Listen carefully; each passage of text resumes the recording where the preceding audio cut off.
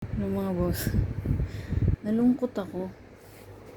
Ginawa ni pero hindi na naman siya sinsisi. Kaya pala sabi ni Chester, tama talaga to si Chester, no? Hindi naman siya sinisisi, pati ni Makagag.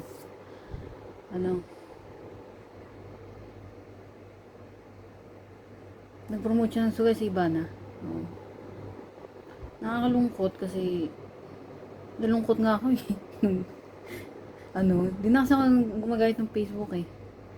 Kasi maraming gusto ko lang, mas gusto ko yung YouTube kasi gusto ko rin yung Facebook, pero gusto ko rin mas nahimik kasi buhay ko sa YouTube. Sa YouTube kasi walang, hindi mo agad-agad ma-friend yung tao, ganun.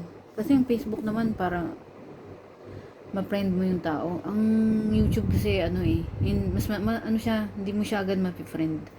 Kasi ako, baka mamaya scammer na nag-iingat lang ako.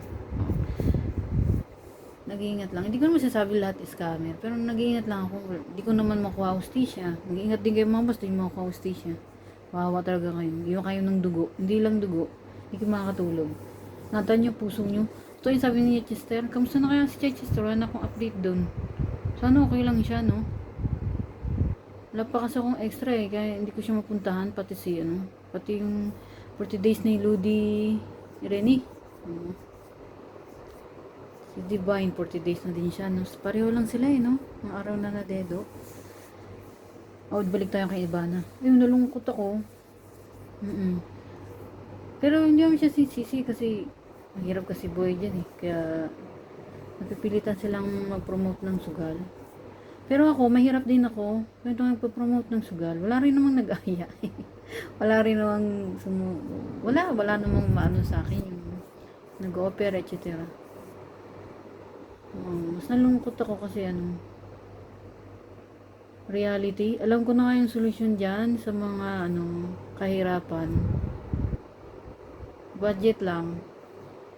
Hirap na hirap ako, solusyonan yan. Tapos ngayon, hindi ko sinasabing magiging milyonarya kayo sa akin. Pero kahit papano, may solusyon tayo. Hirap na hirap ako. Oo.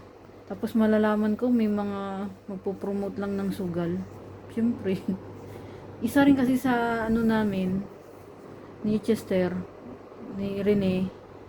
Tingin ko rin naman si Divine. Una si God, mahalin mo si God. Yung number 1 sa amin, number 1. Noong una namin yan si God. Sa puso hindi ako makadiyos. Sa puso ko. Hindi ka madasalanin. Kaya madalas akong binabango. Saan din kami gumagawa ng masama. Yun ang importante. Oo. Noong namin si God, tapos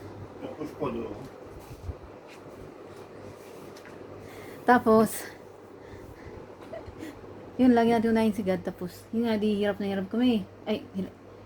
Kami ni Chichester kasi hindi ko pa kami nakita niyan eh, ni Chichester kasi masaya kami pag yung pamilya, naayos yung mga pamilya nyo.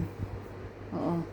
Tapos yun nga, may magpo-promote ng sugal, alam mo na sisira yung pamilya niyan.